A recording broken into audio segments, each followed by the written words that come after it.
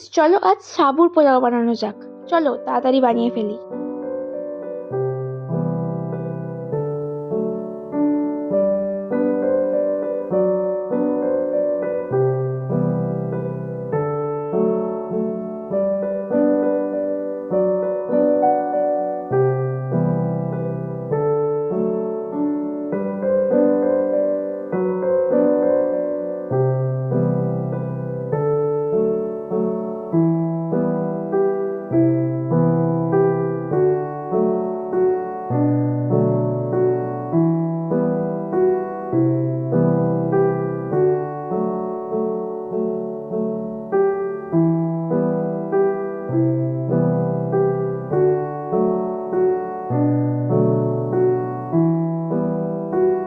সাবুর পোলাও তো খাবার জন্য একদম রেডি। এবার চলো টেস্ট করে দেখা যাক যে কেমন হয়েছে। আসলে আমার এটা প্রথমবার, আমি এই প্রথমবার রান্নাটা করলাম আর প্রথমবারই খাবো। আসলে সাবুর পোলাও ভালো খেতে, টেক্সচারটা ওই স্পঞ্জি স্পঞ্জি আর নরম টাইপ। নিরামিষ খাবার হিসেবে খুবই ভালো। তোমরা একদিন ট্রাই করে দেখতে পারো, আমি তো ট্রাই করলাম।